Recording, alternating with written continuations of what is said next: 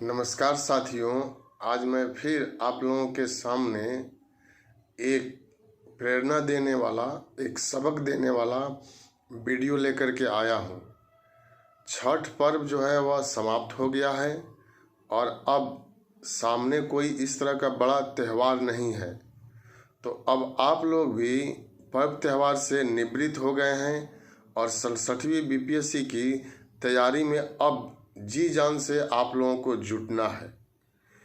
चूँकि समय नहीं है और अच्छे से तैयारी करने के लिए तो बिल्कुल समय नहीं है, इसीलिए मैं एक छोटा सा वीडियो आप लोगों के सामने लेकर के आया हूँ।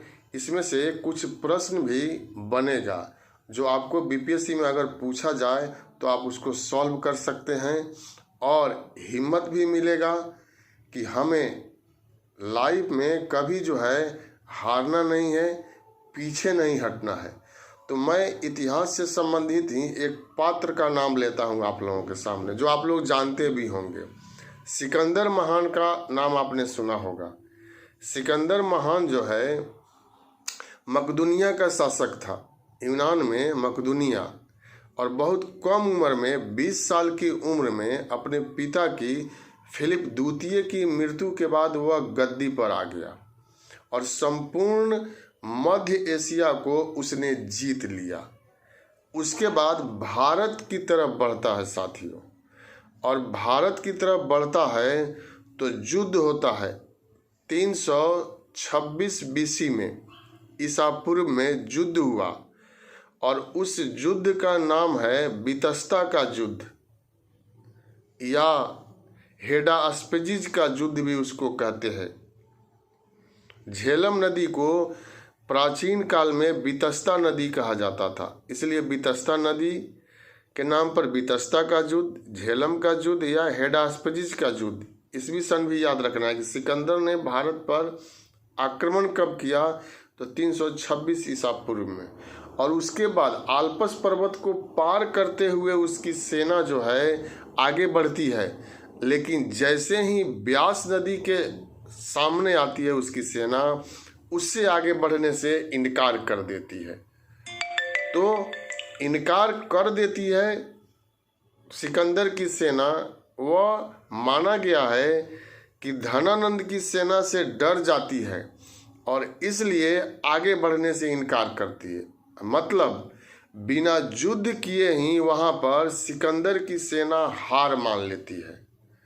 तो यह हम लोगों के लाइफ में नहीं आना चाहिए कि हम बिना युद्ध किए, युद्ध का मतलब यहाँ पर यह है कि बिना प्रयास किए हमको हार नहीं मानना है। हमें सिकंदर की सेना नहीं बनना है साथियों, हमें अशोक महान की सेना बनना है जिसने कलिंग को जीत लिया। हमें अकबर महान की सेना बनना है जिसने पानीपत के द्वितीय युद्ध में विजय प्राप्त किया और मुगल वंश को अस्थायित्व प्रदान किया। तो छोटी छोटी बातों से भी हम लोगों को प्रेरणा मिलती है, सीख मिलती है, इसको जीवन में हम लोगों को उतारना है। तो यही एक शीर्षक मैंने दिया था, सिकंदर की सेना। तो क्वेश्चन भी यहाँ बन गया कि किस नदी से आगे बढ़ने से इनकार कर दिया, तो ब्यास नदी से आगे बढ़ने से इनकार कर दिया था। कुछ लोगों का कहना है कि मौसम परिवर्तित हो गया था, बहुत दिन से घर से बाहर थे, इसलिए भी वह घर जाना चाहते थे। जो भी हो, सैनिक है तो आपको युद्ध करना है, और आपका नेता जो है इतना बलशाली था, हिम्मत वाला था, फिर भी उसकी बात को दरकिनार किया गया और वहीं से सिकंदर की सेना वापस मुड़ जाती है। उसका विश्व विजय का सपना जो है वह टूट जाता है। लगभग 19 माह तक सिकंदर जो है वह भारत में रहा था। वापस जाने के क्रम में 323 ईसा पूर्व में बेबुलोन में उसकी मृत्यु हो गई साथियों। उसका प्रिय घोड़ा का नाम बुकाफेल था और रानी का नाम रेक्सोना था। तो यह हमको सीख लेना है, हम लोग सभी लोगों को जो 67वीं बीपीएससी की परीक्षा में शामिल हो रहे हैं, शामिल होना है, अच्छा करना है और हार जो है वह कभी नहीं मानना है। बहुत बहुत धन्यवाद आप लोगों को, बहुत बहुत शुभकामना। अच्छा लगे तो वीडियो को लाइक कीजिए, सब्सक्राइब कीजिए। बीच बीच में मैं इसी तरह से आप लोगों के समक्ष वीडियो को लाता रहूँगा, हारना नहीं है। और दूसरी बात है कि परीक्षा में जब बैठेंगे ही नहीं तो परिणाम की आशा क्या करेंगे।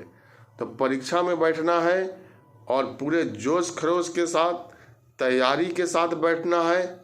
सफलता आपको निश्चित रूप से मिलेगा।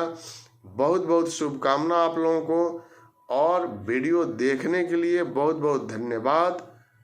दूर दराज के क्षेत्रों में साथियों आप इसको शेयर कीजिए, अच्छा लगे तब सब्सक्राइब कीजिए, अन्यथा नहीं कीजिए, लेकिन देखिए ज़रूर।